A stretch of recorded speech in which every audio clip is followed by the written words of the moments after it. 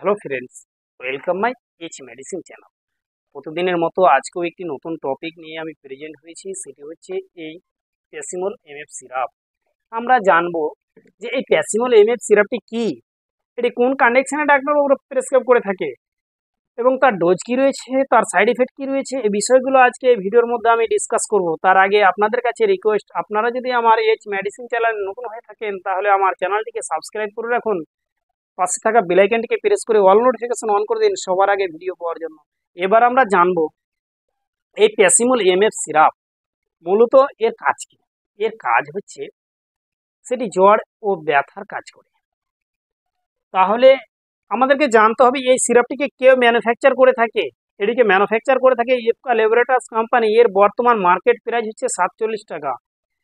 তাহলে এর মধ্যে কি কি মলিকুল রয়েছে, কি কি সাল্ট দ্বারা এটি গঠিত। এই সিরাপের মধ্যে দুইটি মলিকুল রয়েছে, প্যারাসিটামল 125 mg ও ম্যাফানেমিক অ্যাসিড রয়েছে 50 mg। এই দুটি সাল্ট নিয়ে গঠিত হয়েছে প্যাসিমল এমএফ সিরাপ। তাহলে আসুন আমরা জানবো যে এই প্যাসিমল এমএফ সিরাপ, যেহেতু এটি এর মধ্যে প্যারাসিটামল আছে, এটি জ্বরের কাজ করে, ও ম্যাফানেমিক অ্যাসিড যেটি non steroidal anti inflammatory drugs, অর্থাৎ এটি জ্বর সঙ্গে ব্যথা যদি থাকে কিংবা ফুলে যায় সেটিরও কাজ করে।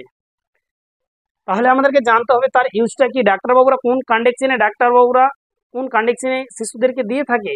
এটিকে দিয়ে থাকে অনেক সময় যখন বাচ্চার মাথা ব্যথা হোক কিংবা শরীরের যে কোনো অঙ্গ প্রত্যঙ্গে ব্যথা হোক, কিংবা জ্বরের সঙ্গে যখন ব্যথা হয়, কিংবা মাথা ব্যথা হয়, কিংবা শরীরে চোট লাগার কারণে ব্যথা, কিংবা বাচ্চা খেলাধুলার মাধ্যমে চোট লেগে গেল, সে তাকে কেন্দ্র করে সেই জায়গাটা ফুলে গেছে, সেই ক্ষেত্রে এই প্যাসিমল এমএফ সিরাপকে ডাক্তারবাবুরা প্রেসক্রাইব করে থাকে। তাহলে আমরা জানবো যে শিশুদের এই সিরাপটির ডোজ কি রয়েছে। ডাক্তারবাবুরা পেশেন্টের উপরে ভিত্তি করে ডোজ তার নির্ণয় করে থাকে। তাহলে আমি এক্সাম্পল স্বরূপ একটি আমি ডোজ বলে দিই। যে সমস্ত শিশুদের বয়স 5 বছরের নিচে, তারা 2.5 ml করে দিনে 2বার থেকে 3বার করে খাওয়ার পরে, এবং যাদের বয়স 5 বছর থেকে 7 বছরের মধ্যে, তারা 5 থেকে 6 ml করে দিনে 3বার খাওয়ার পরে। তাহলে আমরা জানবো যে এই সিরাপ খাওয়ার পরে কোনো কি সাইড এফেক্ট দেখা দিতে পারে, কোনো কি পার্শ্বপ্রতিক্রিয়া দেখা দিতে পারে। এই সিরাপের কোনো সাইড এফেক্ট সে মতো দেখা দেয় না, ওভারডোজ দিয়ে দেয় অনেক সময়। সেই ক্ষেত্রে কিন্তু তার কিছু সংখ্যক সাইড এফেক্ট দেখা দিতে পারে, যেমন তার বদহজম কিংবা পেটটা ভারী হয়ে থাকতে পারে, গ্যাস অ্যাসিডিটি লাগতে পারে, কিংবা নোজিয়া, বাচ্চাকে বমি বমি লাগবে, কিংবা ভমিটিং বমি হতে পারে,